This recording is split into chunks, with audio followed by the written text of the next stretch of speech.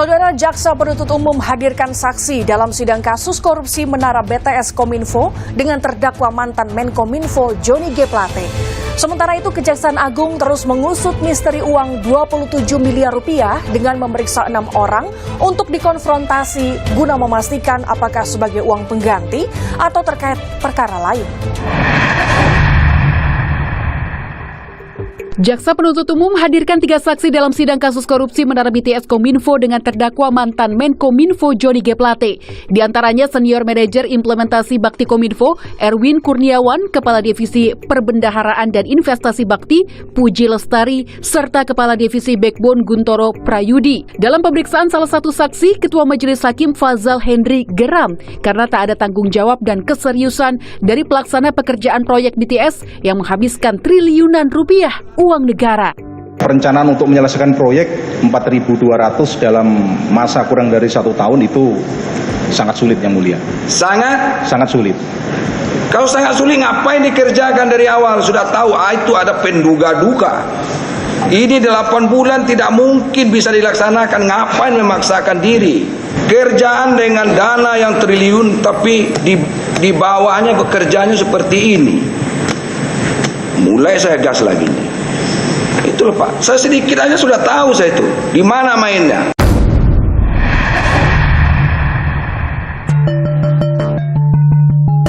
Sementara itu, Kejaksaan Agung terus mengusut asal-usul uang 27 miliar rupiah yang diduga terkait kasus korupsi Menara BTS Kominfo. Jumat lalu, Kejagung memeriksa 6 orang diantaranya terdakwa kasus korupsi Menara BTS Kominfo Irwan Hermawan dan penasihat hukumnya Magdir Ismail.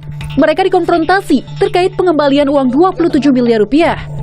Semua itu nanti kita konfrontasi untuk memperjelas status dari uang 27 miliar atau 1,8 USD.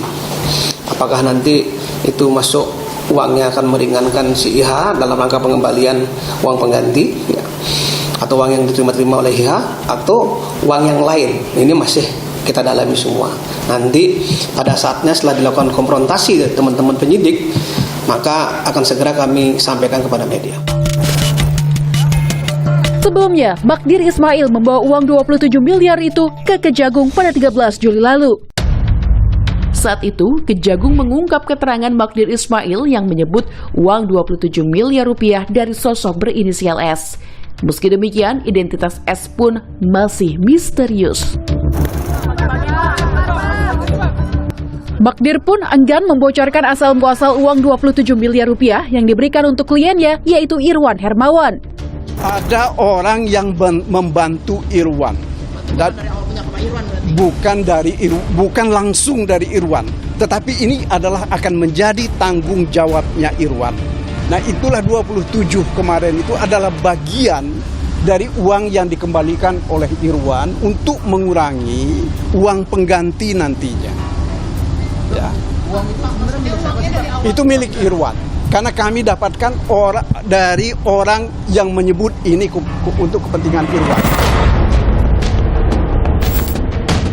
Meski Kejagung belum menetapkan status uang 27 miliar rupiah sebagai barang bukti, namun uang yang diserahkan terdakwa Irwan Hermawan melalui penasihat hukumnya diduga bagian dari aliran dana korupsi Menara BTS 4G Bakti Kominfo.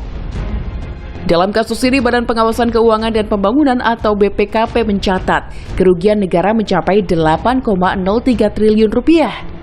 Kasus ini pun menyeret mantan Menteri Kominfo Johnny G. Plate yang kini telah menjadi terdakwa korupsi BTS. Selain Plate, ada 7 nama terdakwa lainnya yang tengah menjalani persidangan.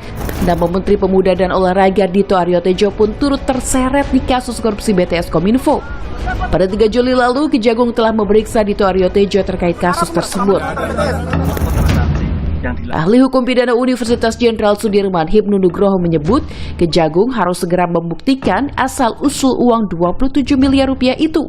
Uang yang dititipkan di Kejaksaan akan terlihat untuk pembuktian kasus apa.